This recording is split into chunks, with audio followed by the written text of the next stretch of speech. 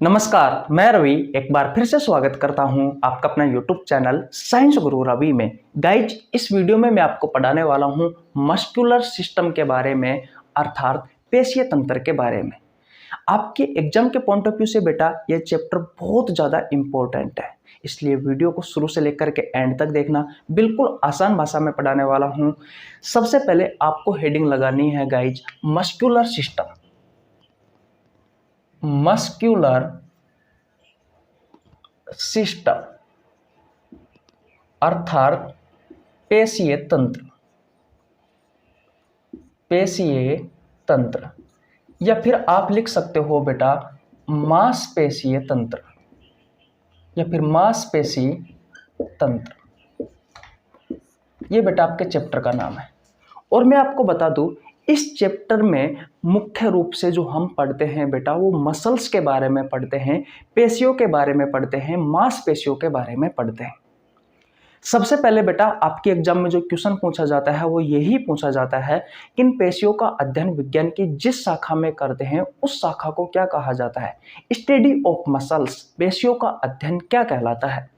तो लिख लीजिए भैया, study of muscles, study of muscles, पेशियों का अध्ययन, पेशियों का अध्ययन, पेशियों का अध्ययन। पेशियों के अध्ययन को क्या कहते हैं बेटा? पेशियों के अध्ययन को कहा जाता है मायोलॉजी। क्या कहा जाता है भैया? मायोलॉजी कहा जाता है। याद रखना बेटा, जब आपके एग्जाम में क्वेश्चन पूछा जाएगा तो ऑप्शन में माइकोलॉजी जरूर आएगा। और भैया माइकोलॉजी को करके मत आ जाना, क्योंकि जो माइकोलॉजी होता है बेटा ये होता है स्टडी ऑफ फंगस, कवकों का अध्ययन। बेटा जो कवकों का अध्ययन होता है उस कवकों के अध्ययन को कहा जाता है माइकोलॉजी। लेकिन हम पढ़ रहे हैं बेटा मसल्स का अध्ययन, यानी कि पेशियों का अध्ययन, स्टडी ऑफ मसल्स। तो पेशियों का अध्ययन क्या कहलाता है बेटा? मायोलॉजी कहलाता है, या फिर सार्कोलॉजी भी ऑप्शन में हो सकता है, या फिर बेटा सार्कोलॉजी भी ऑप्शन में हो सकता है। तो एक मिनट रुकना, सॉरी। तो स्टडी ऑफ मसल्स यानी कि पेशियों का अध्ययन क्या कहलाता है बेटा? मायोलॉजी कहलाता है, या फिर बेटा सार्कोलॉजी कहलाता है। माइकोलॉजी कवकों का अध्ययन है, या आपके ऑप्शन में आ सकता है। दोनों में कंफ्यूजन नहीं होना है, क्योंकि दोनों अलग अलग है। मायोलॉजी पूछे तो बता देना पेशियों का अध्ययन, और माइकोलॉजी पूछे तो बता देना कवकों का अध्ययन। अब हमारे दिमाग में क्वेश्चन आता है कि ये मसल्स है क्या, है कि नहीं है भाई? ये पेशियां होती क्या है? तो अब आपको लिखना है बेटा मसल्स। मसल्स एक्चुअली में पेशी है क्या, या फिर मांसपेशी भी आप लिख सकते हो। पेशी क्या है? देखिए आसान भाषा में समझते हैं बेटा। हमारे शरीर का जो सबसे बाहरी आवरण होता है, या फिर हमारे शरीर का जो सबसे बाहरी परत होता है, हमारे शरीर की जो सबसे बाहरी परत होती है वो होती है बेटा स्किन। क्या होती है भैया? स्किन। तो एक तरफ लिख लीजिए आप स्किन, यानी कि त्वचा। और जब आप बेटा इस स्किन पर कट लगाते हो तो स्किन के बाद में क्या आता है? मांस आता है बेटा। क्या आता है भैया? मांस आता है। ये मांस आ गया। और जैसे ही बेटा आप मांस को कट करते हो, यानी कि मांस को जैसे ही आप कट करते हो तो बेटा फिर निकलती है हमारी हड्डी, यानी कि बोन्स। फिर क्या निकलती है बेटा? हमारी हड्डियां निकलती है। क्या निकलती है भैया? हड्डियां निकलती है। तो याद रखना बेटा, आपकी जो स्किन है, आपकी जो त्वचा है, त्वचा और आपकी हड्डियों के बीच का जो अधिकांश भाग होता है जिसे आप मांस कहते हो बेटा, ये अधिकांश भाग ही क्या कहलाता है? ये अधिकांश भाग ही बेटा मसल्स कहलाती है, पेशियां कहलाती है, या फिर आप मांसपेशी कह सकते हो। तो क्या लिख सकते हो आप ये लिख सकते हो कि त्वचा यानी कि स्किन और हड्डियों के बीच का जो अधिकांश भाग है बेटा वो होता है मसल्स। वो होती है बेटा आपकी पेशियां। बोलो यहां तक किसी को कोई प्रॉब्लम बिल्कुल भी नहीं होनी चाहिए। तो बेटा अब तक आपने सिर्फ दो चीजों के बारे में पढ़ा। कितनी चीजों के बारे में पढ़ा? सिर्फ दो चीजों के बारे में पढ़ा। पहला आपने क्या पढ़ा? स्टडी ऑफ मसल्स, यानी कि पेशियों का अध्ययन क्या कहलाता है? मायोलॉजी या सार्कोलॉजी कहलाता है। दूसरा आपने देखा कि मसल्स क्या होती है। मसल्स गाइज आपकी स्किन, त्वचा और हड्डियों के बीच में पाए जाने वाला जो अधिकांश भाग होता है बेटा, वो होती है आपकी मसल्स। अब मुझे ये बताओ कि आपकी मसल्स किसकी बनी हुई होती है? मैं आपसे प्रोटीन नहीं पूछ रहा, मैं आपसे सिंपली ये पूछ रहा हूं कि आपकी जो मसल्स होती है, जो मांसपेशी होती है, जो पेशियां होती है, वो किसकी बनी हुई होती है? ध्यान से समझना बेटा, हमारा शरीर में बहुत सारी कोशिकाएं पाई जाती है। हम ये कह सकते हैं कि हमारा जो शरीर है बेटा, संपूर्ण शरीर वो कोशिकाओं से मिलकर के बना हुआ होता है, क्योंकि हमारे शरीर में बेटा मिलियंस, बिलियंस, ट्रिलियंस बहुत सारी कोशिकाएं होती है। तो बेटा जो मसल्स होती है तो वो मसल सेल से मिलकर के बनी हुई होती है। किससे मिलकर के बनी हुई होती है बेटा? मसल्स सेल से, यानी कि पेशीय जो कोशिका होती है बेटा, जो पेशीय कोशिका होती है, इन पेशीय कोशिकाओं से मिलकर के बनी हुई होती है। हाँ, वो बात अलग है कि इसमें प्रोटीन अलग पाई जाती है, एक्टिन व मायोसिन प्रोटीन पाई जाती है, उसके बारे में भी हम चर्चा करेंगे बेटा। बोलो, इतनी बात क्लियर है? किसी को कोई प्रॉब्लम यहाँ तक बिल्कुल भी नहीं होनी चाहिए। ओके, अब बात करते हैं बेटा कि इन पेशियों का काम क्या है। भाई पेशियां करती क्या है? देखिए, एक चीज के बारे में याद रखना बेटा, जो मसल्स होती है, जो आपकी जो मसल्स होती है, जो आपकी मसल्स होती है बेटा, इनमें सिकुड़न यानी कि संकुचन, मैं लिख सकता हूं बेटा, यानी कि संकुचन और बेटा शिथिलन, इनकी प्रोसेस पाई जाती है। अब ध्यान से समझना, संकुचन क्या है? तो संकुचन को कहा जाता है बेटा सिकुड़ना। क्या कहा जाता है? सिकुड़ना। और शिथिलन को कहा जाता है बेटा फैलना। संकुचन को इंग्लिश में कहा जाता है कॉन्ट्रैक्ट और शिथिलन को कहा जाता है रिलैक्स। मैंने कहा कि आपकी जो मसल्स होती है बेटा, आपकी जो मांसपेशियां होती है, इन मांसपेशियों में संकुचन का और शिथिलन का गुण पाया जाता है, जिसके कारण बेटा इन मांसपेशियों में कार्य करने की क्षमता आती है। किसके कारण? इस संकुचन के कारण और शिथिलन के कारण। ये आप कह सकते हो कि मांसपेशियों का एक गुण है।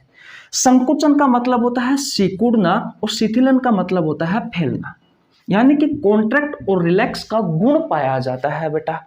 अगर आप YouTube पर सर्च करके देखोगे कि हृदय कैसे काम करता है, तो आपका जो हृदय होता है वो एक मस्कुलर ऑर्गन है। मस्कुलर ऑर्गन का मतलब होता है बेटा पेशीय अंग, ऐसा अंग जो मांस का बना हुआ होता है, वो मांसपेशियों का बना हुआ होता है, ऐसे अंग को कहा जाता है बेटा मस्कुलर ऑर्गन। और आपका हृदय जो है बेटा वो एक मस्कुलर ऑर्गन है।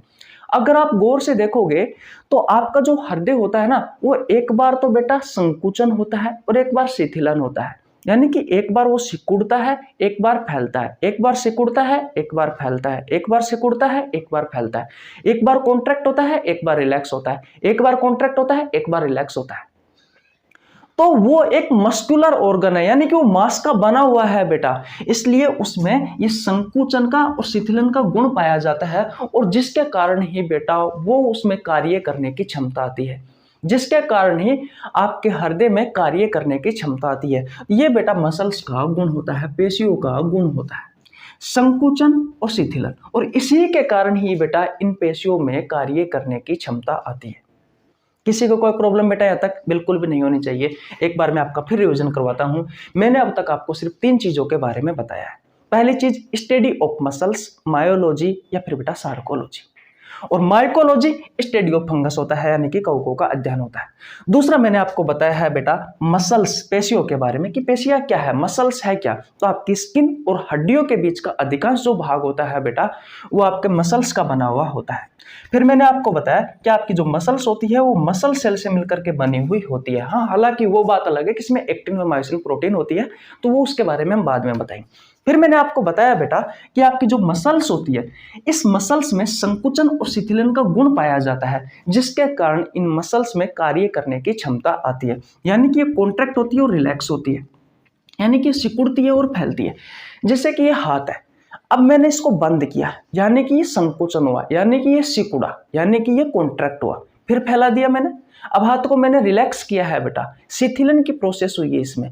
तो इसी गुण को क्या कहा जाता है बेटा? संकुचन और शिथिलन। ये मांसपेशियों का एक गुण है। इतनी बात समझ में आ गई? ओके बेटा, स्क्रीनशॉट ले लीजिए, मैं आपको मिटा देता हूं इसको और आगे हम बढ़ते हैं। मिटा दो भैया। ओके, देखिए बेटा, अब हम आगे बात करते हैं। अब मुझे यह बताइए कि हमारे शरीर में इन मसल्स की संख्या कितनी होती है। और ये क्वेश्चन बेटा आपसे रेलवे में ना जाने कितनी बार पूछा गया है। तो बेटा आपके शरीर में, यानी कि मैं लिख देता हूं मानव शरीर में कितनी मांसपेशियां होती है? तो बेटा कुल 639 पेशियां होती है, कुल 639 मसल्स होती है। कितनी? 639। और सबसे ज्यादा किस हिस्से में होती है बेटा? हमारे शरीर में सबसे ज्यादा ये मसल्स किस हिस्से में होती है? तो बेटा बैक में होती है, बैक में होती है, यानी कि पीठ में होती है भैया। कितनी होती है? लगभग 180 होती है। आपकी पीठ में बेटा सबसे ज्यादा लगभग में 180 ये मसल्स होती है, ये पेशियां होती है बेटा। टोटल 639। यह आपके एग्जाम में पूछा जाता है कि हमारे शरीर में कुल पेशियों की संख्या कितनी होती है? तो 639 होती है, जिसमें से बेटा सबसे ज्यादा आपके बैक में होती है, कुल 180 होती है। इतनी बात क्लियर है? याद रखना बेटा, मानव शरीर का 40 से 50% हिस्सा किसका बना होता है बेटा? इन्हीं मसल्स का बना होता है, इन्हीं पेशियों का बना होता है। कितना भैया? 40 से 50% भाग। मानव शरीर का 40 से 50% भाग बेटा मसल्स का होता है, इन पेशियों का होता है। कोई प्रॉब्लम यहां तक नहीं होनी चाहिए। तो टोटल कितनी पेशियां है बेटा? 639, जिनमें से बेटा कुछ पेशियों के नाम आपसे पूछा जाता है आपकी एग्जाम में। पहला क्वेश्चन बेटा, सबसे छोटी मांसपेशी या सबसे छोटी पेशी कौन सी है? सबसे छोटी पेशी का नाम बताओ। तो बेटा सबसे छोटी जो पेशी होती है वो होती है बेटा स्टेपेडियस। स्टेपेडियस यह आपके कान में पाए जाते हैं, ठीक है। सबसे लंबी पेशी कौन सी है भैया? सबसे लंबी पेशी तो बेटा साइटोरियस है। कौन सी है? साइटोरियस,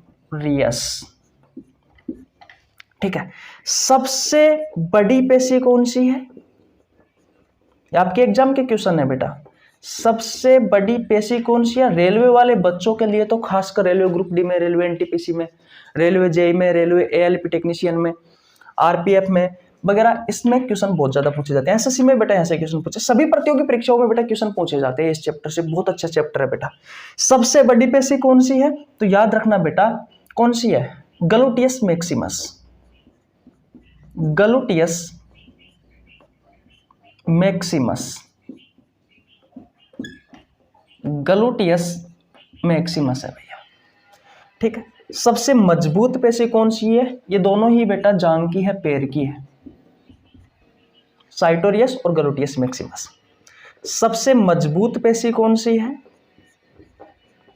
सबसे मजबूत पेशी तो बेटा हमारी जीभ की है और इसका नाम है मेसेटर। आपको पता है बेटा आपकी पूरी जीभ किसकी बनी हुई होती है? मांस की बनी हुई होती है, इसलिए इसे मस्कुलर ऑर्गन भी कहा जाता है। इसलिए हम हमारी जीभ को मस्कुलर ऑर्गन भी कहते हैं। जैसे कि हृदय होता है, अब हृदय में कोई हड्डी नहीं होती, कोई बोन्स नहीं होती, वो भी एक मस्कुलर ऑर्गन है, वो भी बेटा पूरा मांस का बना हुआ होता है। तो सबसे मजबूत पेशी किसकी है? जीभ की है और बेटा मेसेटर है, ठीक है। ओके, अब यहां पे लिख देता हूं सबसे व्यस्त पेशी। सबसे व्यस्त पेशी कौन सी है? तो बेटा सबसे व्यस्त पेशी है भैया आपकी कार्डियक। कौन सी? कार्डियक। और कार्डियक पेशी हृदय में पाई जाती है, ठीक है। सबसे सक्रिय पेशी कौन सी है? सबसे सक्रिय पेशी होती है बेटा हमारी आंख में पाई जाती है, और वो होती है भैया आइरिस। आइरिस ये पाई जाती है बेटा आपकी आंख में, ये पाई जाती है बेटा आपकी आंख में। तो ये 6 क्वेश्चन इंपॉर्टेंट है। और अगर आपसे क्वेश्चन पूछा जाए कि मानव शरीर में कुल कितनी पेशियां पाई जाती है बेटा, तो 639 पेशियां पाई जाती है। बोलो किसी को कोई प्रॉब्लम? यहां तक किसी को कोई प्रॉब्लम नहीं होनी चाहिए। समझ में आई कहानी? यहां तक किसी को कोई प्रॉब्लम नहीं होनी चाहिए। याद रखना बेटा ये मस्कुलर सिस्टम का पार्ट 1 है। पार्ट 2 में हम आपको पेशियों के प्रकार पढ़ाएंगे कि भाई पेशियां कितनी प्रकार की होती है, उनकी संरचना कैसी होती है, और उनका कार्य क्या है, और वो किस शरीर के किस किस अंग में होती है। ठीक है, इतनी बात समझ में आ गई आपको? ओके। अब याद रखना बेटा जितनी भी पेशियां है, टोटल 639 पेशियां है, तो सभी पेशियां, सभी जो पेशियां होती है, लाइन इंपॉर्टेंट है बेटा, यहां से क्वेश्चन पूछे जाते हैं। सभी पेशियां होती है वो भ्रूण के मीजोडर्म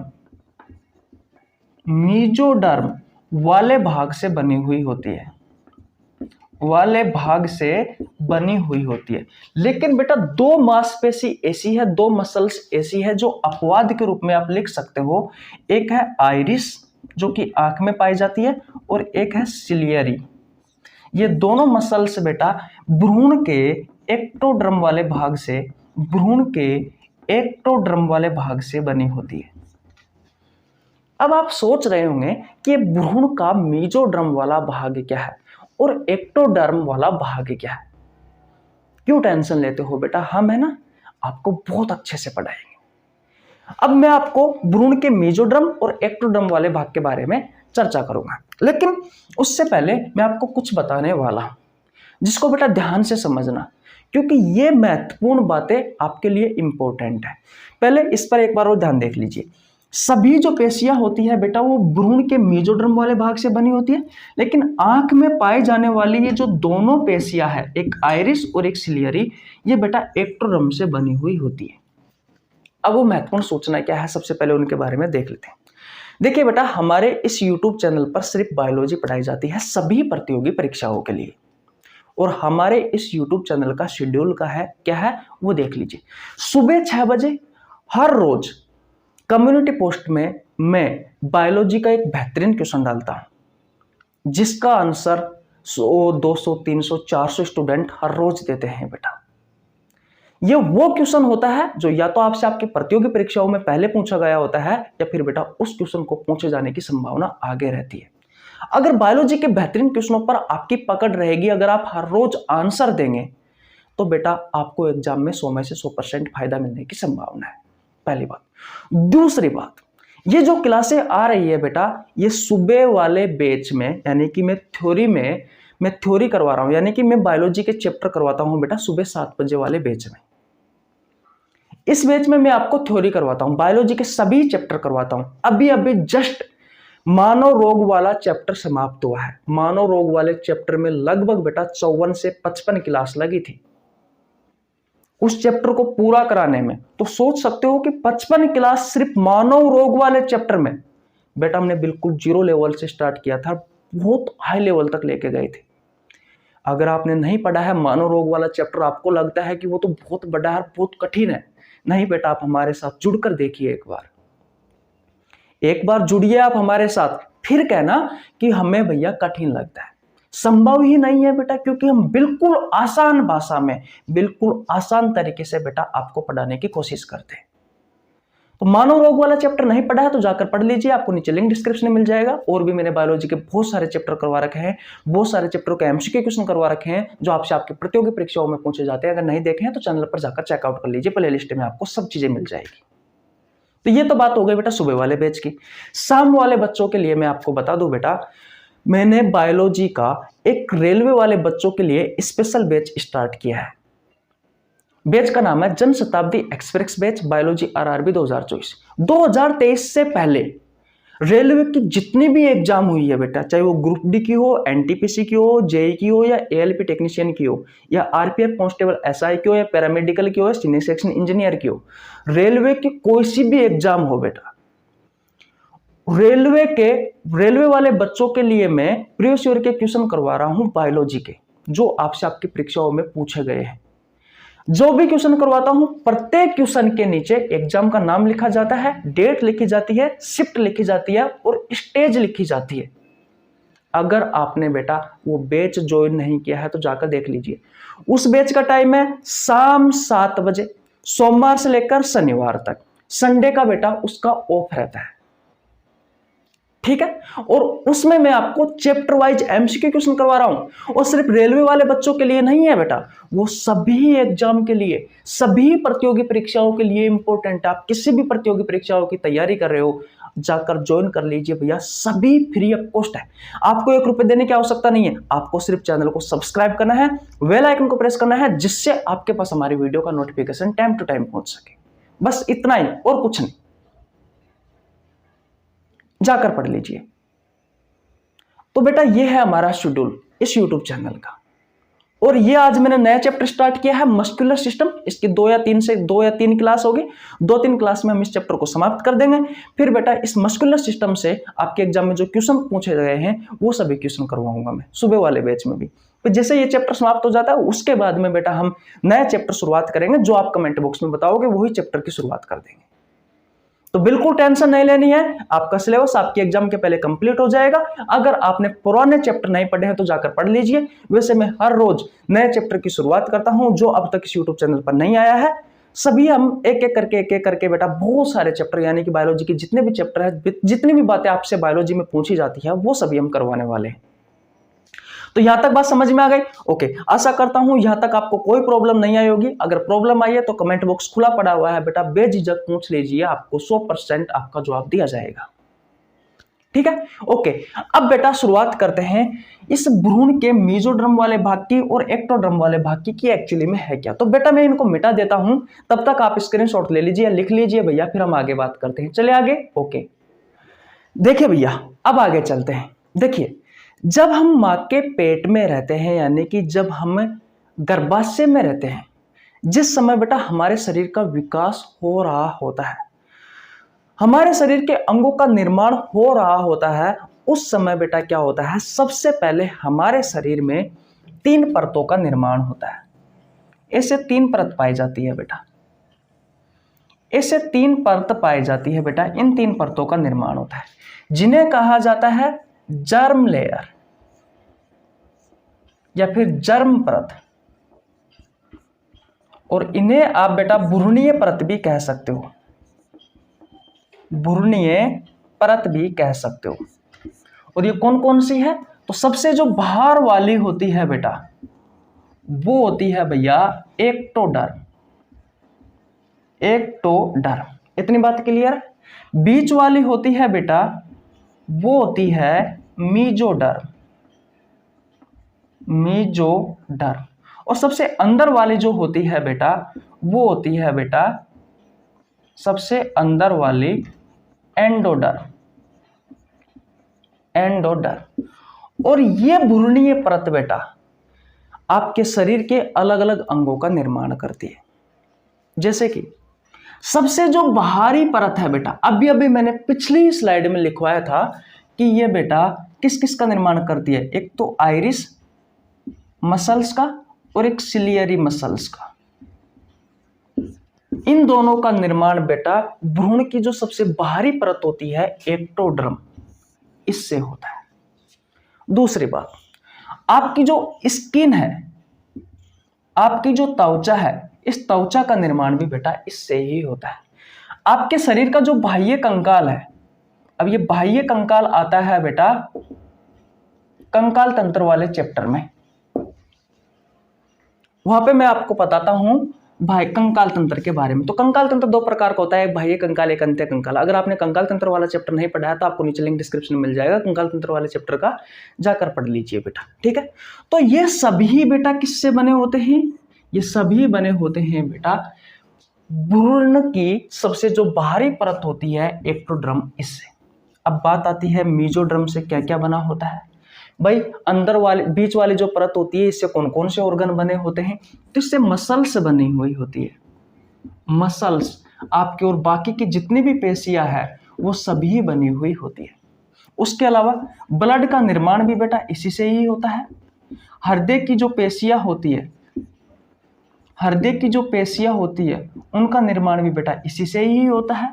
भोजन नली का निर्माण भी बेटा इसी ही परत से होता है। और बात करें पेट के जो अंदर की परत है, पेट के अंदर की जो परत है बेटा, यहाँ से क्वेश्चन पूछे जाते हैं, उसका निर्माण भी बेटा यहीं से ही होता है। और बात करें तो स्मॉल इंटेस्टाइन, स्मॉल इंटेस्टाइन यानी कि छोटी आंत का निर्माण भी बेटा यहीं से ही होता है। और लार्ज इंटेस्टाइन, लार्ज इंटेस्टाइन यानी कि बड़ी आंत का निर्माण भी बेटा यहीं से ही होता है। तो इतनी सारी चीजें आपको याद रखनी है।